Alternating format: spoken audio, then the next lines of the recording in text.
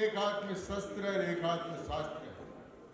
शस्त्रेण रक्षिते राष्ट्रे शास्त्र चिंता प्रवर्तते। सबसे पहले राष्ट्र की शस्त्र से रक्षा करो, उसके बाद में शास्त्र की चिंता करो। और आज जो इनको हमारे सामने खड़ा है वो शस्त्रेण रक्षिते राष्ट्र का है कि हम परशुराम जी की तरह शस्त्र उठाएं और राष्ट्र की रक्षा करें और आतंकवाद के ऊपर प्रहार करें। यह आज के समय की सबसे बड़ी आवश्यकता है।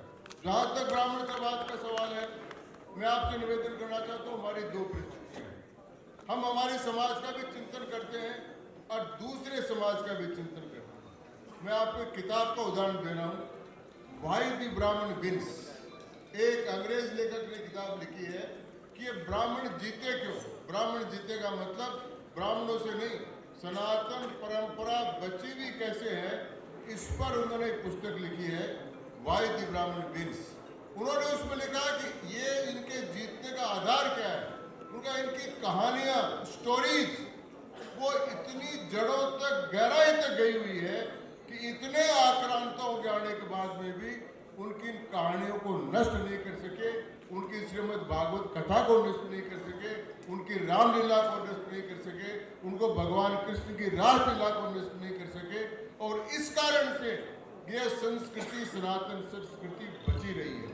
आज मित्रों, आज वो समाज, आज पुनः समाज, हमें ब्राह्मण समाज से बात और नहीं, हम सर्व समाज की बात में साथ साथ हैं।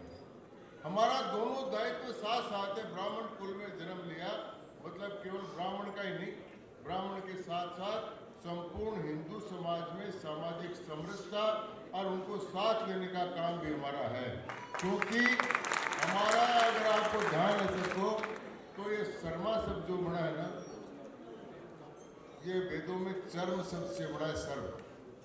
चर्म होती है जो सारे शरीर को ढक कर रखती है, और इस शरीर में अगर थोड़ा भी कोई छेद हो जाए तो वो संक्रमण हो जाता है।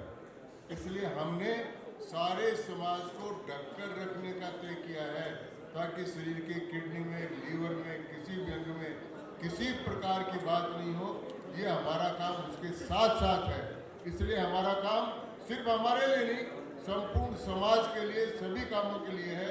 यह करके हम साथ साथ चले, क्योंकि जिन लोगों ने वहाँ गोलियां मारी थी पहलगांव में, उन्होंने जाति नहीं पूछा।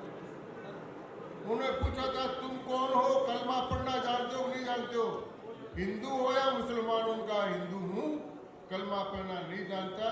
तो हरियाणा का जाट भी मारा गया, तो केरल का ब्राह्मण भी मारा गया, तो तमिलनाडु का वो भी मारा गया, तो सब मारे गए।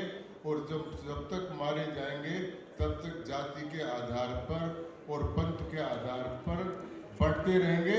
इसलिए आज परशुराम जयंती का सबसे बड़ा उपदेश है कि हम जातियों के आधार पर नहीं बढ़ेंगे, हम सनातन के आधार पर एक राष्ट्र के रूप में खड़े रहेंगे।